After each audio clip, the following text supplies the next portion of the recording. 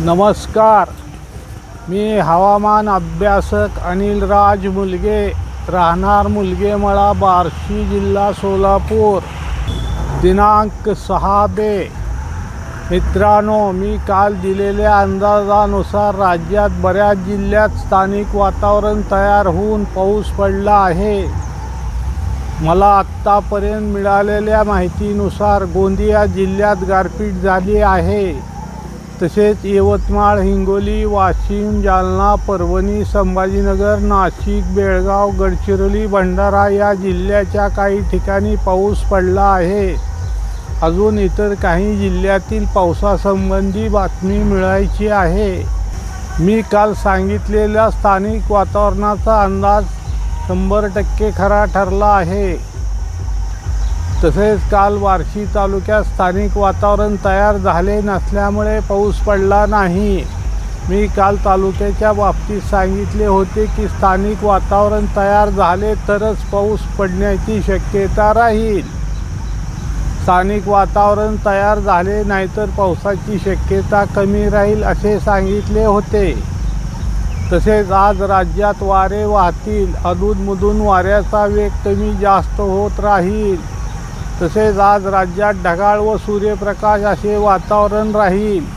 तसेच आज पूर्व विदर्भातील जिल्ह्यात तसेच अमरावती, बुलढाणा, वाशिम, हिंगोली, परभणी, जालना, बीड, संभाजीनगर, अहिल्यानगर, नाशिक, खान्देश तसेच कोकणात पुणे, सातारा, कोल्हापूर, बेळगाव, सांगली, सोलापूर, धाराशिव, लातूर, नांदेड या दिलेल्या जिल्ह्यात किंवा दिलेल्या विभागात काही ठिकाणी जर अचानक स्थानिक वातावरण तयार झाले तर त्या भागापुरता वादळी वाऱ्यासह, विजासह, ढगाच्या गडगडासह कुठे हलका ते मध्यम तर कुठे मध्यम ते मुसळधार पाऊस पडण्याची शक्यता राहील. काही ठिकाणी पावसासोबत गारा पडण्याची शक्यता राहील. तसेच बार्शी तालुक्यासाठी कालचा अंदाज लागू राहील. तसेच मित्रांनो, मी राज्यातून प्रथम अंदाज देऊन सांगितल्याप्रमाणे दिनांक 7, 8, 9 मे रोजी राज्यात काही जिल्ह्यात पावसाची शक्यता राहील. त्यापैकी दिनांक 7 मे रोजी अमरावती, यवतमाळ, चंद्रपूर, गडचिरोली तसेच पूर्व विदर्भातील अजून काही जिल्ह्यात या दिलेल्या जिल्ह्यात काही ठिकाणी जोरदार वादळी वाऱ्यासह, विजासह, ढगाच्या गडगडाटासह मध्यम ते मुसळधार पावसाची शक्यता राहील. काही ठिकाणी गारपिटीची शक्यता राहील. तसेच लातूर, नांदेड, पुणे, सातारा, कोल्हापूर, बेळगाव, कोकणात या दिलेल्या विभागात किंवा दिलेल्या जिल्ह्यात काही ठिकाणी वादळी वाऱ्यासह, विजासह, ढगाच्या गडगडासह कुठे हलका ते मध्यम तर कुठे मध्यम ते मुसळधार पावसाची शक्यता राहील. काही ठिकाणी पावसासोबत गारा पडण्याची शक्यता राहील.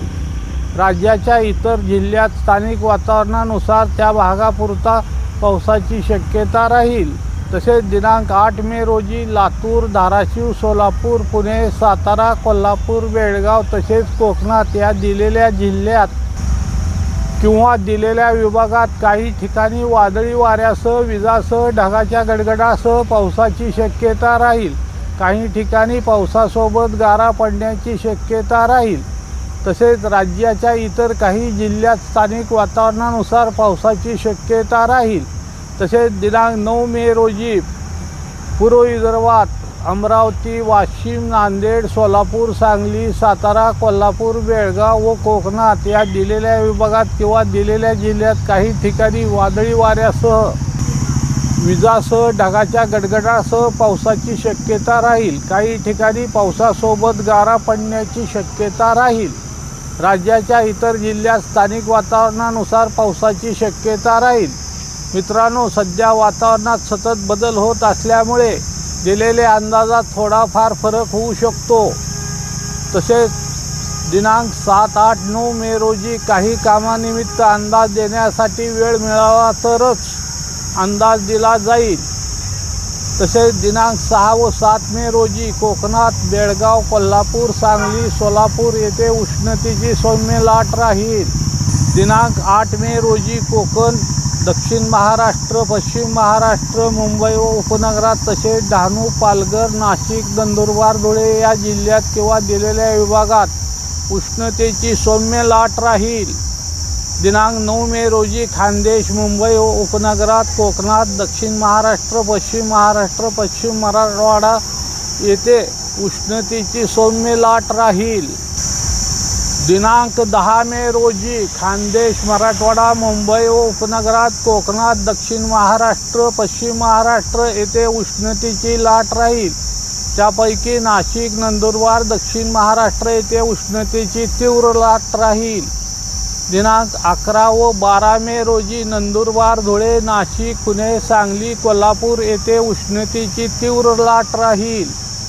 तसेच पूर्व विदर्भ सोडला तर राज्याच्या इतर भागात उष्णतेची सौम्य लाट राहील.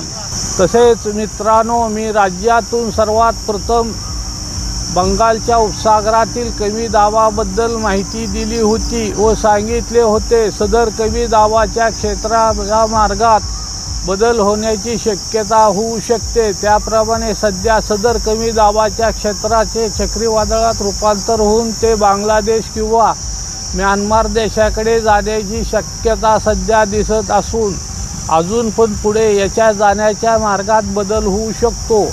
तसा बदल झाला तर तसे आपणाला सांगितले जाईल. सदर माझा हा व्हिडिओ आवडल्यास त्यास लाईक करा, सबस्क्राईब करा व इतरांना शेअर करा. धन्यवाद.